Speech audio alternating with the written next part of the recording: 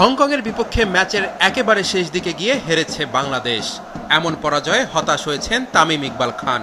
রাজধানীর উত্তরা একটি রেস্টুরেন্ট উদ্বোধন করতে গিয়ে তামিম জানান, হামজার আগমনে বাংলাদেশের ফুটবলের যে জাগরণ উঠেছে তা চলুক বহুকাল। আমার কাছে সবসময় জিতা হারাচ্ছে যে জিনিসটা মোর ইম্পর্টেন্ট মনে হয়, যে পরিমাণ বাংলাদেশের মানুষের ভালোবাসা পাচ্ছে ফুটবল, মাঠে যাচ্ছে, বাচ্চারা মাঠে যাচ্ছে, প্রত্যেকটা ফ্যামিলি যাচ্ছে খেলা দেখতে, বাংলাদেশকে সাপোর্ট করতে।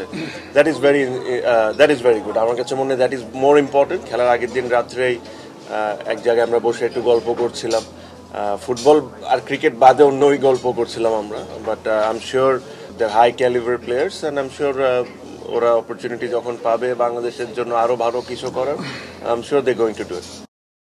বাংলাদেশের কোচ হেভিয়ের কাবরেরার গেম প্ল্যানিং নিয়ে সমালোচনা হচ্ছে অনেক। গোলরক্ষক মিতুল মারমার অপরিপক্কতাও ভাবাচ্ছে ফুটবল ভক্তদের।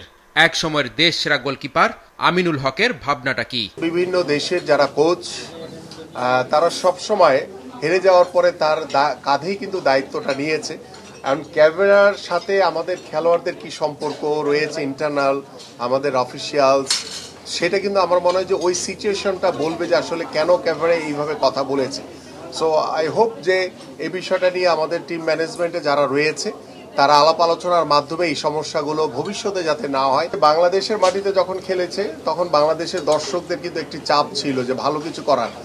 এই যে স্নায়ুর যে চাপটা, সেটা হয়তো বা আমাদের খেলোয়াড়রা প্রপার ওয়েতে নিতে পারে না। মনে হয় যে পরবর্তী ম্যাচ কোচ নিশ্চয়ই জামাল ভুঁইয়া যেটি প্রত্যাশা করেছেন কাকে কাকে খেলালে ভালো হয়, আমার মনে হয় যে কোচ এবং ক্যাপ্টেন এবং যারা রয়েছেন খেলোয়াড়দের তাদের সাথে আলোচনা করে পরে নেক্সট টিম সিলেকশনটা করলে ভালো হবে। এশিয়ান কাপ বাছাইয়ে 14 অক্টোবর হংকংয়ের বিপক্ষে অ্যাওয়ে ম্যাচ খেলবে বাংলাদেশ। 18 নভেম্বর ঘরের মাঠে হামজাদের প্রতিপক্ষ ভারত।